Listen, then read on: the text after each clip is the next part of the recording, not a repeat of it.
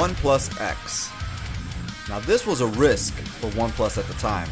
It released right around the time of the OnePlus 2, and they were already on shaky ground because of that. But then they released this 5-inch black glass slab that was ahead of its time. As you can see in the photos, very different from today's OnePlus offerings, but at the same time, very familiar. It had a gorgeous 5-inch 1080p screen, and I'm kind of sorry that I filmed this with a 720p camera. My bad, it won't happen again. But here in person, the screen is absolutely gorgeous. It's AMOLED. Before OnePlus was doing AMOLED on their actual mainstay phones. And you know what? Speaking of this AMOLED screen, the colors were just amazing. I actually prefer a phone this size better than today's OnePlus 6-inch offerings.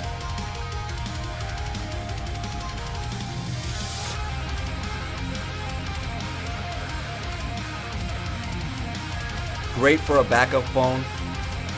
It actually, in contrast to size, reminds me of the Google Pixel 2 regular one.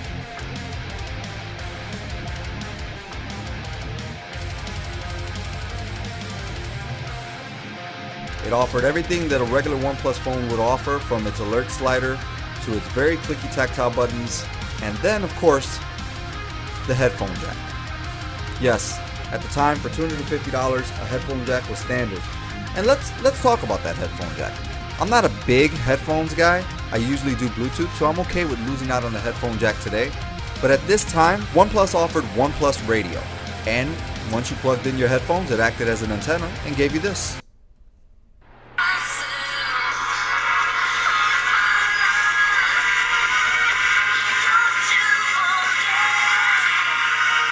And after hearing that, I'm pretty sure you know we're going to talk about these speakers. Or better yet, speaker. You see two grills there. And at the time, a lot of phones were doing this. Having two grills, but actually only using one.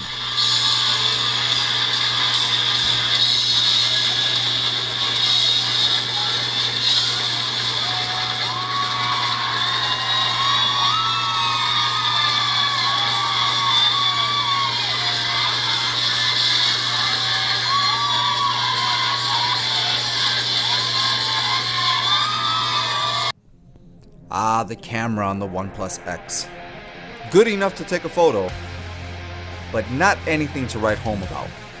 It featured a single 13 megapixel camera with f2.2 aperture, an LED flash, panorama, and HDR.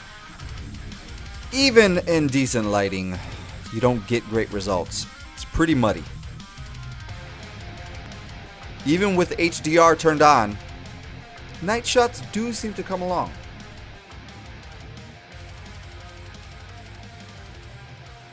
But then we flip our attention to the front-facing camera. This selfie cam was 8 megapixels, and the video, which you see in front of you, is 1080p. No EIS or OIS, I believe, to be found. Front-facing video was okay at 1080p. I didn't even want to think about dropping down to 720. Outside, this is the front-facing camera in portrait mode on the OnePlus X. You can tell the background is really blown out, especially the sky. But skin tones look pretty good, at least on the camera. We'll check it out in the review. With all being said, the OnePlus X, featuring 3 gigs of RAM, 16 gigs of internal storage, with the option of using external storage, stopped getting updates at Android 6.0. And also, the last security patch was November 1st, 2016. The last Oxygen OS update was 3.1.4. You know, at the end of everything, the OnePlus X was a hell of a special phone. In today's 6-inch plus world, a OnePlus X2 would be invited.